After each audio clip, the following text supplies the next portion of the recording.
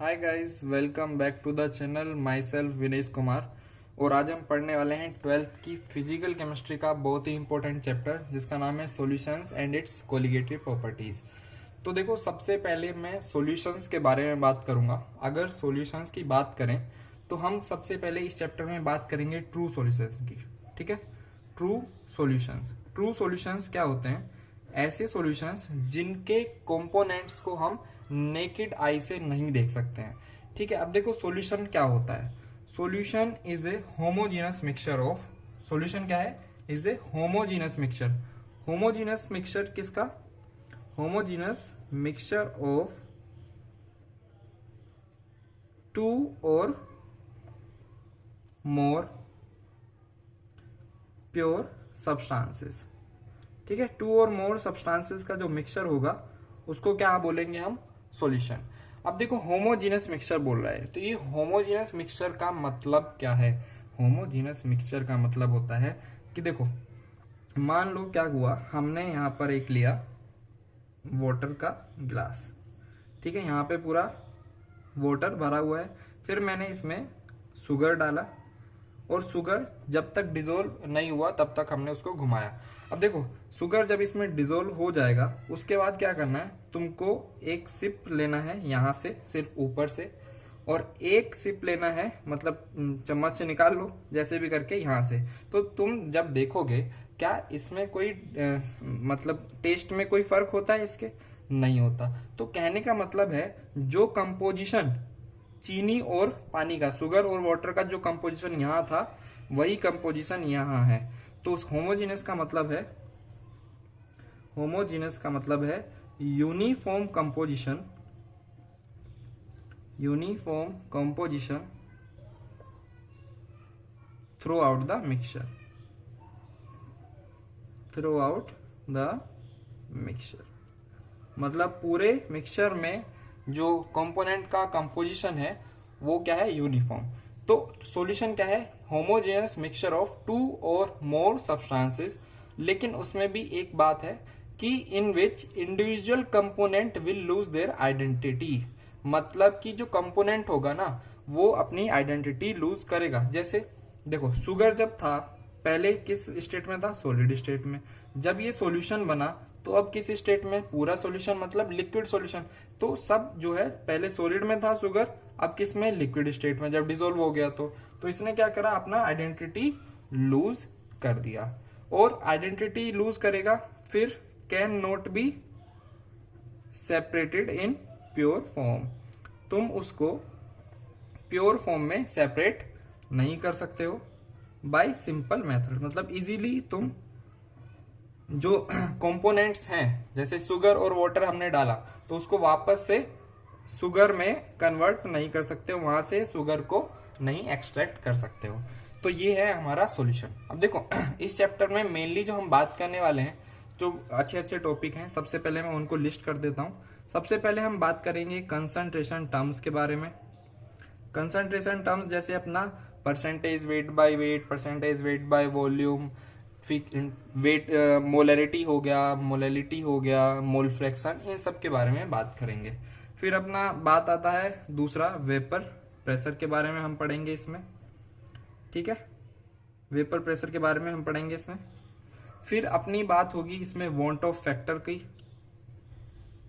ये कुछ टॉपिक हैं जो मैं पहले ही बता रहा हूं कि हम ये पढ़ने वाले हैं। फिर आप इसमें पढ़ेंगे कोलिगेटिव प्रॉपर्टीज। कोलिगेटिव प्रॉपर्टीज में अपने को पढ़ना होता है सबसे पहले RLVP, जिसको मैं बोलता हूँ relative lowering of vapour pressure. फिर अपने को पढ़ता है एलिवेशन, पढ़ना पड़ता है एलिवेशन इन बॉइलिंग पॉइंट।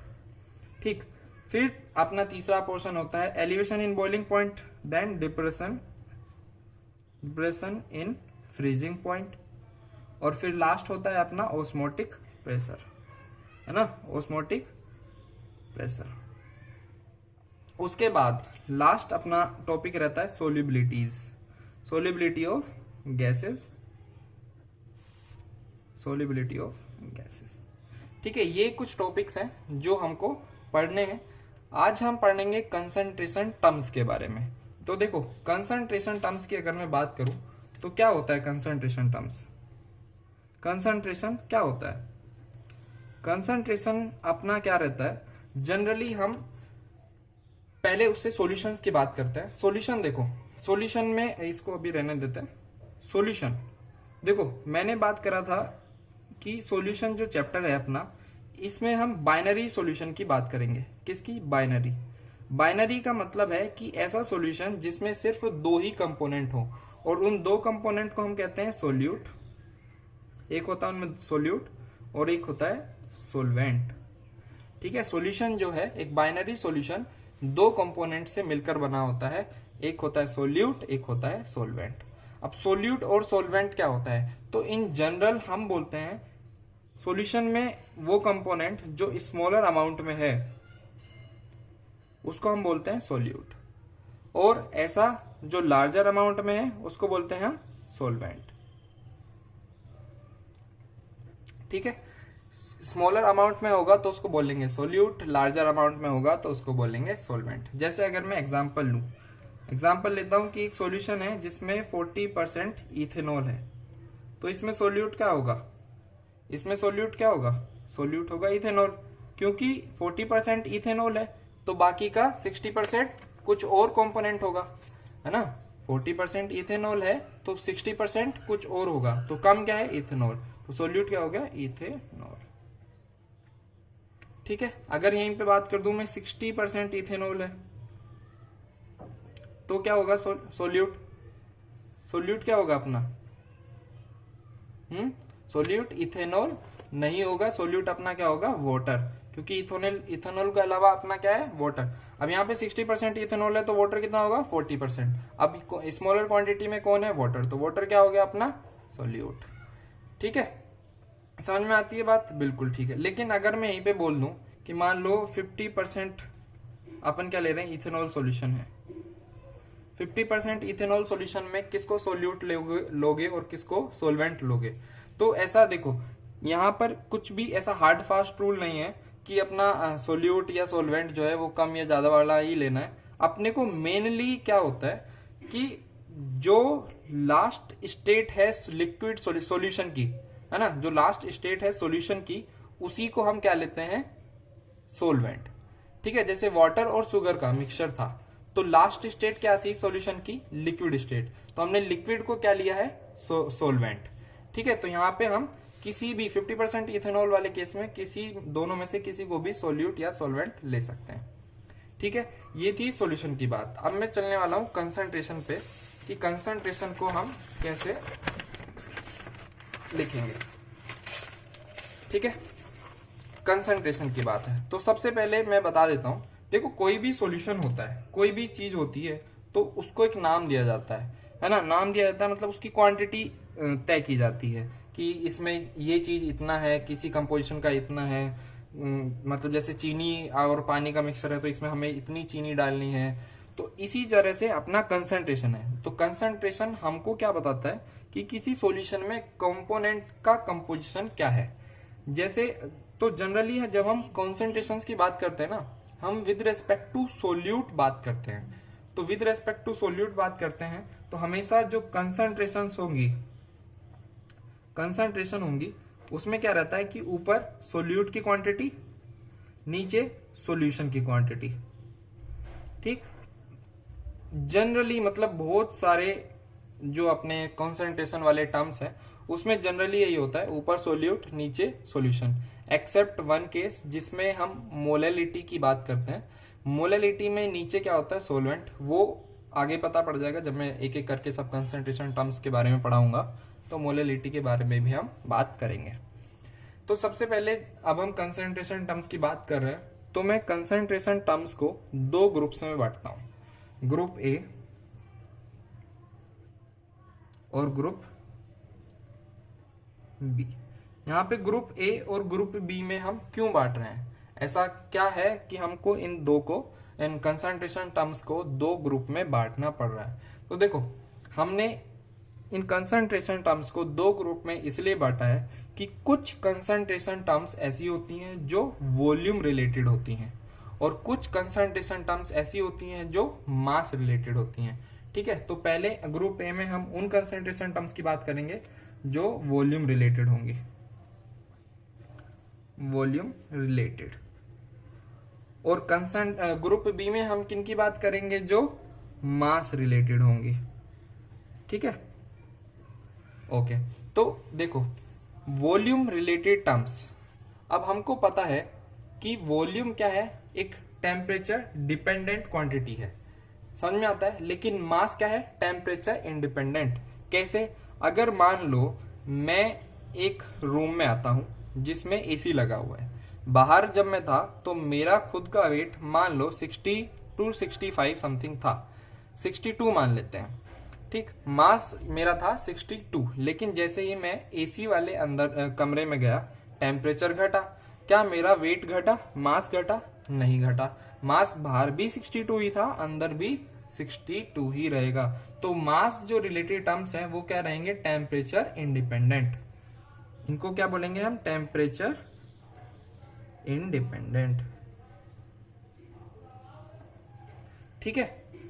और अपना जो वॉल्यूम है, देखो क्या होता है, कभी कभी ऐसा होता है, कोई जो अपना बोतल वगैरह रहता है ना, कभी कभी उसका जो ढक्कन रहता है वो खुलता नहीं है, तो हम क्या करते हैं, उसको हीट करते हैं। हीट करने के बाद उसका वॉल्यूम एक्सपेंड करता है, तो फिर वो ढक्कन जो है आराम से खुल जाता है। तो कहने का मतलब है जो वॉल्यूम है वो एक टेम्परेचर डिपेंडेंट टर्म है। तो इसको क्या बोलेंगे हम, टेम्परेचर डिपेंडेंट। ये क्या है, टेम्परेचर डिपेंडेंट। तो हमने इसको दो कैटेगरी में बांट लिया है, वॉल्यूम रिलेटेड और मास रिलेटेड। तो वॉल्यूम रिलेटेड जो टर्म्स होंगे उसको मैं लिख रहा हूं, सबसे पहले होगा अपना percentage wait, percentage by volume, percentage by volume पहला होगा। दूसरा होगा हमारा percentage weight by volume, wait by volume. फिर अगर तीसरे की बात करूं तो वो होता है अपना मोलैरिटी, बहुत ही इंपॉर्टेंट है और पूरे चैप्टर में हम इसको बहुत बार पढ़ने वाले हैं, डिटेल में मैं बताऊंगा। फिर उसके बाद आता है अपना नॉर्मेलिटी। नॉर्मेलिटी को हम जनरली इक्विवेलेंट कॉन्सेप्ट वाले चैप्टर में पढ़ते हैं, यहाँ पे इतनी ज्यादा जरूरत नहीं पड़ेगी, बहुत रेयर जरूरत पड़ती है। तो जब मैं इक्विवेलेंट कॉन्सेप्ट वाला चैप्टर कराऊंगा तो उसमें हम इसमें उस चैप्टर में हम इसकी डिटेल में बात करेंगे। तो ये हो गई हमारी वो कंसंट्रेशन टर्म्स जो वॉल्यूम रिलेटेड है। सेकंड में उनकी बात करूंगा जो मास रिलेटेड है। सबसे पहले percentage by mass, percentage by mass. Then अपना आता है परसेंटेज, परसेंटेज बाय मास हो गया। Then mole fraction. देन अपना आता है मोलैलिटी, ये भी बहुत इंपॉर्टेंट है इस चैप्टर के लिए। देन फोर्थ है पार्ट्स पर मिलियन। पार्ट्स पर मिलियन को हम कहाँ पढ़ते हैं, मोल कॉन्सेप्ट 2 मतलब वॉल्यूमेट्रिक कैलकुलेशंस वाले चैप्टर में, जिसमें हम हार्डनेस ऑफ वाटर की बात करते हैं, तो उसमें हमको यूज करना पड़ता है पार्ट्स पर मिलियन। ठीक है। तो इस अपने जो इस चैप्टर में तीन बहुत यूजफुल कंसंट्रेशन टर्म्स हैं, वो है एक मोलैरिटी, देन मोलैलिटी एंड एक और है मोल फ्रैक्शन। ठीक है। तो वन बाय वन हम इनको पढ़ना शुरू करते हैं। सबसे पहले मैं ग्रुप ए के कंसंट्रेशन टर्म्स की बात करूंगा।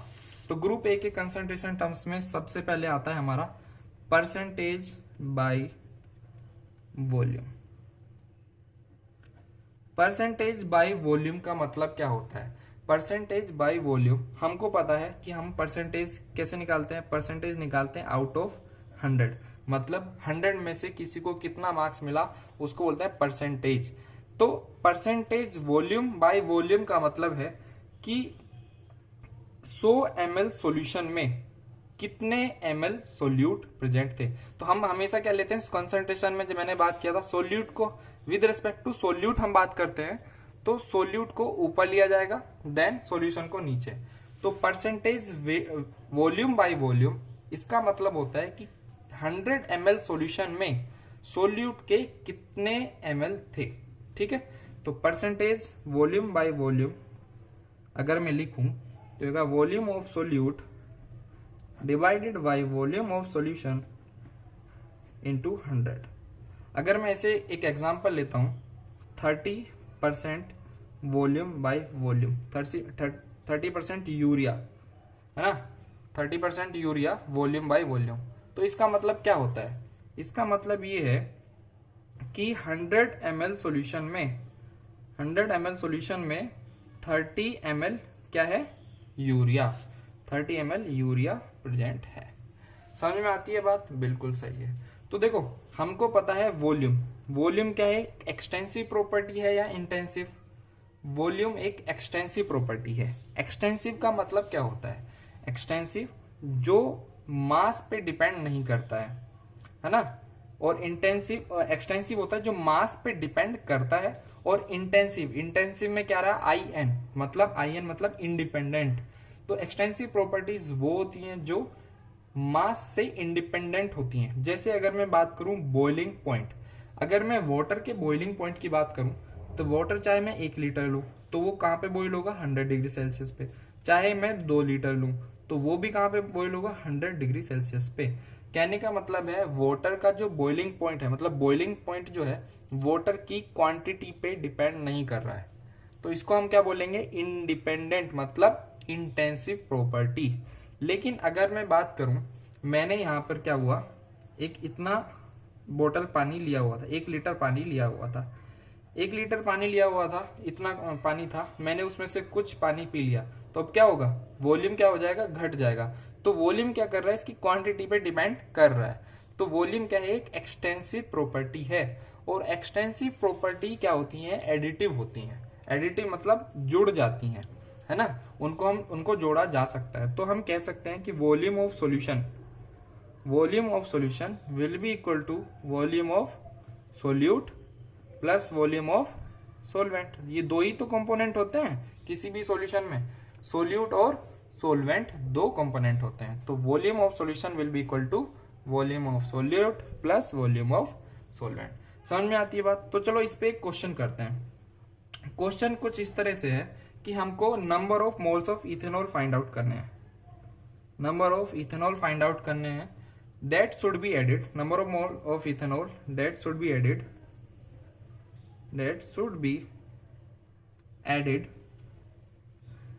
in 250 ml of water to obtain a solution containing 80% volume by volume of solvent। Containing 80% volume by volume मतलब एक ऐसा सॉल्यूशन है ना जिसमें हम कितने मोल इथेनॉल डालें, है ना। Number of moles of ethanol should be added, how many moles of ethanol should be added in 250 ml of water to obtain a solution containing 80% volume by volume of solvent. तो देखो, मैंने यहाँ पर कुछ twist किया है question में कि 80% volume by volume of solvent. तो मैंने बोला था कि हमेशा जब हम कंसंट्रेशन टर्म्स की बात करते हैं तो विद रेस्पेक्ट टू सोल्यूट करते हैं, लेकिन यहाँ पे मैंने 80% volume by volume of solvent लिखा है। तो पहले हम इसको with respect to solute change करेंगे। अगर 80% वॉल्यूम बाय वॉल्यूम सोलवेंट है तो विद रेस्पेक्ट टू सोल्यूट कितना हो जाएगा? 20% volume by volume of solute. ठीक है, कहने का मतलब क्या है? देखो, 20% volume by volume of solute है। वॉल्यूम बाय वॉल्यूम का अपने को फॉर्मूला याद है, क्या होता है? 20 is equal to volume of solute upon volume of solute plus volume of solvent. कितना दिया हुआ है? 250 ml इंटू 100। ठीक है, तो इसको सोल्व करोगे 25 × 100, तो ये क्या हो जाएगा? Volume of solute plus 250 is equal to 5 into volume of solute, जो कि अपना हो जाएगा volume of solute will be equal to 250/4 और ये हो जाएगा 62.5 के बराबर, 62.5 ml। ठीक है, तो ये था अपना क्वेश्चन जिसमें हम क्या निकालना था? Number of moles of ethanol के बारे में बात कर रहे थे। सबको समझ में आया होगा आई होप। तो देखो नेक्स्ट हम क्या करने वाले हैं, परसेंटेज वेट बाय वॉल्यूम के बारे में बात करेंगे। दूसरा कंसंट्रेशन टर्म्स क्या है अपने पास, परसेंटेज वेट बाय वॉल्यूम। ठीक है, परसेंटेज वेट बाय वॉल्यूम के बारे में हमको बात करनी है। तो देखो पहला ये आ रहा है, मतलब ऊपर क्या आ रहा है, सोल्यूट डिवाइडेड बाय सॉल्यूशन, और वेट आ रहा है तो मतलब वेट ऑफ सोल्यूट। तो इसको हम ऐसे लिख सकते हैं, weight of solute present in 100 ml solution, है ना, कि 100 ml सॉल्यूशन में सोल्यूट का कितना वेट प्रेजेंट है उसको हम क्या बोलेंगे, percentage weight by volume. Percentage weight by volume को हम इस तरह से भी लिख सकते हैं, मतलब weight of solute divided by weight of solution into 100। ठीक है, ये हो गया हमारा percentage weight by volume find करने का तरीका। अगर मैं एक एग्जांपल लूं इसके ऊपर, एन एग्जांपल मतलब एक क्वेश्चन लेता हूं कि एक एक्वस सॉल्यूशन है ना, aqueous solution, an aqueous solution contain 30% wait by volume of urea, wait by volume of urea. तो 100 ml of solution, 100 ml of solution, इसका मतलब होता है 100 ml of solution will contain, इसका मतलब क्या होता है, 30% वेट बाय वॉल्यूम यूरिया का मतलब है कि 100 ml of solution will contain 30 gram of urea. ठीक है, बहुत सिंपल सी बात है, कोई दिक्कत नहीं है, समझे। तो देखो यहां पे वेट है और एक वॉल्यूम है, तो अगर हमको मास कैलकुलेट करना होता है तो वेट और वॉल्यूम को जोड़ने वाली एक क्वांटिटी जब दोनों के बीच का रिलेशनशिप बताती है उसका क्या होता है, वो होती है डेंसिटी। ठीक है, डेंसिटी अगर मेरे को पता पड़ जाए तो मेरे को क्या मिल जाएगा, मास। किसका मास मिल जाएगा मेरे को, सॉल्यूशन का। तो अगर मैं यहाँ पे बोलूं 100 ml of solution will contain 30 gram of urea, अगर मैं यहाँ पे बोलता हूं कि वाटर का मास कितना होगा, सोलवेंट कितना होगा, ठीक, तो सोलवेंट कितना होगा, इसके लिए अपने को क्या पता होना चाहिए, सोलवेंट, सॉल्यूशन का मास। सॉल्यूशन का मास तो हमको नहीं पता है, सॉल्यूशन के मास का पता होने के लिए हमको सॉल्यूशन की डेंसिटी पता होनी चाहिए।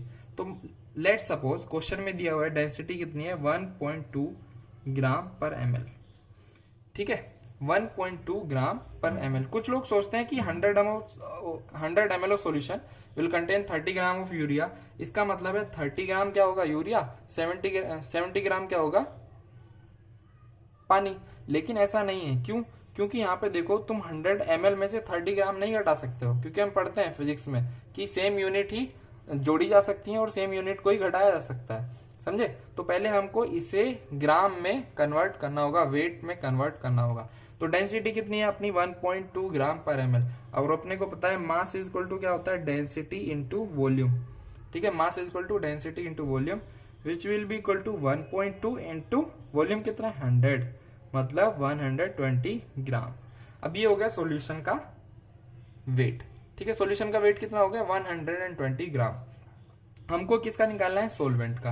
हमको पता है solution is equal to what, solvent plus solute, मतलब mass of solution will be equal to solvent, mass of solvent plus mass of solute. Solution का मास कितना है, 120, will be equal to solvent को हमको निकालना है प्लस सोल्यूट 30 है, तो x will be equal to 90 gram. तो मतलब अगर ये एक्वस सॉल्यूशन है तो उसमें वाटर कितना प्रेजेंट होगा, अपना 90 ग्राम। आई होप सबको समझ में आ रहा होगा, बहुत सिंपल सी चीजें हैं, कोई इसमें दिक्कत लेने वाली बात नहीं है। ठीक है, नेक्स्ट मूव करता हूं मैं नेक्स्ट कंसंट्रेशन टर्म्स पे। नेक्स्ट कंसंट्रेशन टर्म्स जो काफी इंपॉर्टेंट है उसके बारे में बात करने वाले हैं, और वो है मोलैरिटी। मोलैरिटी को हम कैसे रिप्रेजेंट करते हैं, इसको हम m से रिप्रेजेंट करते हैं, कैपिटल M से हमेशा। मोलैरिटी का मतलब क्या होता है, इसको हम कैसे डिफाइन करते हैं, molarity means number of moles of solute present पर लीटर ऑफ सॉल्यूशन। तो इसको कैसे लिख सकता हूं मैं, number of moles of solute present, है ना, प्रेजेंट पर लीटर। पर लीटर का मतलब क्या है, 1 लीटर में कितने सोल्यूट के मोल होंगे, सॉल्यूशन के 1 लीटर में सोल्यूट के कितने मोल होंगे। तो इसको अगर मैं मैथमेटिकल रिलेशन में लिखूं तो molarity will be equal to what, moles of solute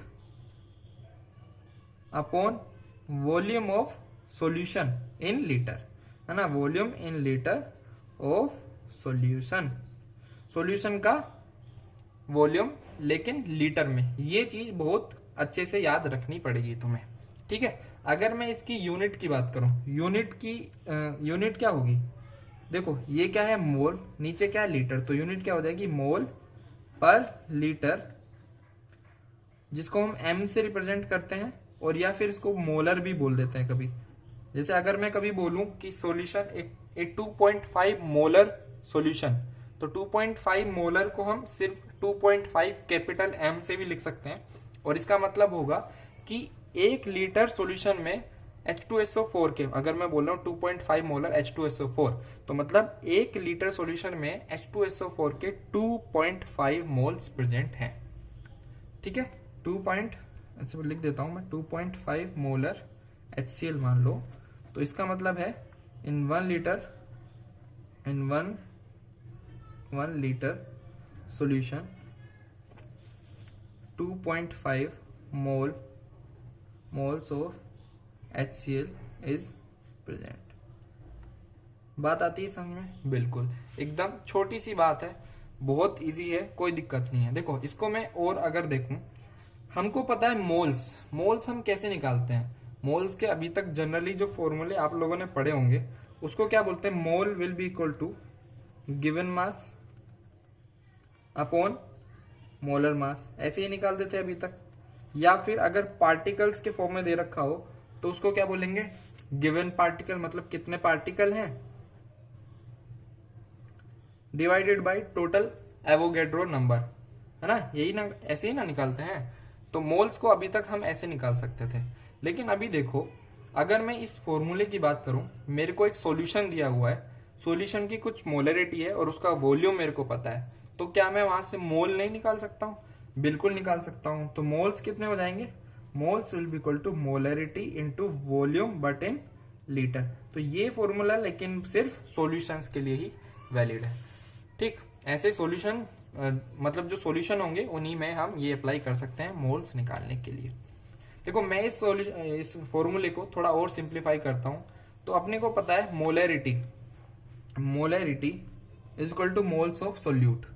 moles of solute को मैं क्या ऐसे लिख सकता हूं, weight of solute divided by molecular weight of solute, यही होता है ना। इनटू नीचे क्या है, वॉल्यूम इन लीटर। मैं क्या करता हूं, वॉल्यूम को ml में लेता हूं, लीटर को चेंज करने के लिए हमको क्या करना पड़ेगा, ऊपर 1000 से मल्टीप्लाई। तो ठीक है, ये अपना अपन किस में ले रहे हैं, ml में, ठीक। और तो अब हमारी जो भी क्वांटिटी आएगी, जो भी मोलरिटी आएगी, उसको क्या लिख देंगे सामने, मोलर, ठीक है। अपने को अब जो वॉल्यूम है उसको लीटर में लिखने की जरूरत नहीं है।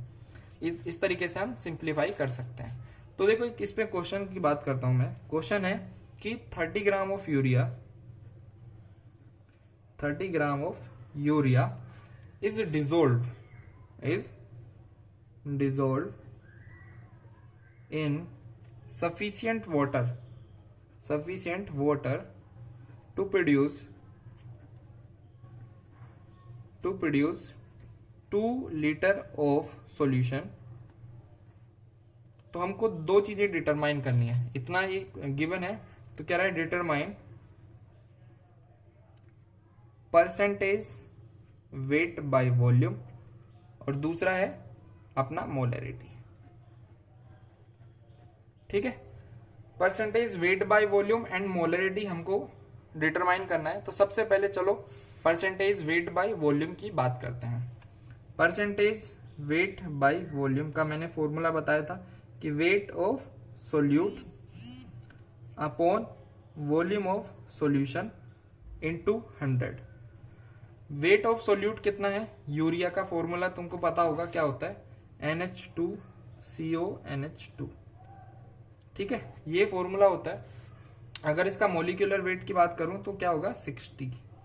ठीक है, ये आगे काम आएगा, इसको याद रखना है। अगर याद है तो बहुत अच्छी बात है, नहीं है तो अब याद कर लेना।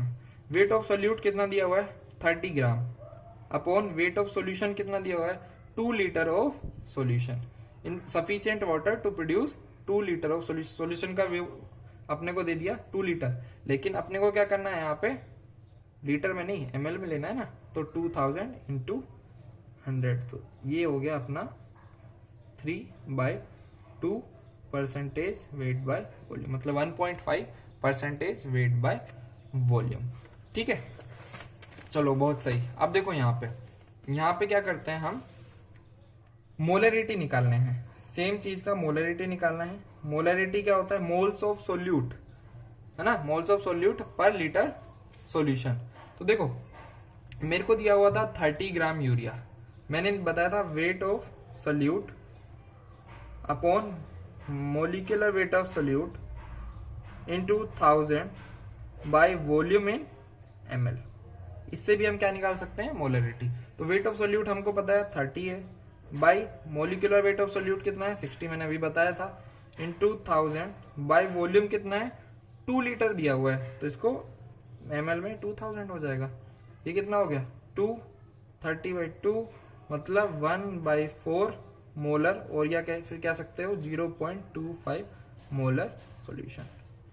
ठीक है, तो ये बात थी हमारी मोलरिटी मतलब कंसंट्रेशन टर्म्स की, जो वॉल्यूम रिलेटेड होती हैं, जिनमें हमने बात की परसेंटेज वॉल्यूम बाय वॉल्यूम की, percentage weight by volume, then molarity. तो इसमें सबसे जो इम्पोर्टेंट टर्म है हमारा वो है मोलरिटी के बारे में। ठीक है, तो आज के चैप्टर में जो हमने बात की, सबसे पहले सॉल्यूशन में बाइनरी सॉल्यूशंस के बारे में बात की। बाइनरी सॉल्यूशन मतलब 2 कंपोनेंट, सोल्यूट एंड सोलवेंट, तो उसको कैसे कैटेगराइज किया गया है वो हमने देखा, और उसी के साथ हमने फिर कंसंट्रेशन टर्म्स की बात की। कंसंट्रेशन टर्म्स को हमने 2 ग्रुप में डिवाइड किया, वो है वॉल्यूम रिलेटेड और मास रिलेटेड के चलते हमने उसको डिवाइड किया। ठीक है, वॉल्यूम रिलेटेड में आज हमने पढ़ा है percentage weight by volume, percentage volume by volume and then molarity, जो इस चैप्टर में आगे हम बहुत बार पढ़ने वाले हैं। मोलरिटी को हम पूरे चैप्टर में पढ़ते रहेंगे। ठीक है, तो आज हम सिर्फ ग्रुप ए की कंसंट्रेशन टर्म्स के बारे में पढ़े हैं। नेक्स्ट वीडियो में जब बनाऊंगा तो उसमें ग्रुप बी के कंसंट्रेशन टर्म्स की बात करेंगे। ठीक है, ओके, थैंक यू।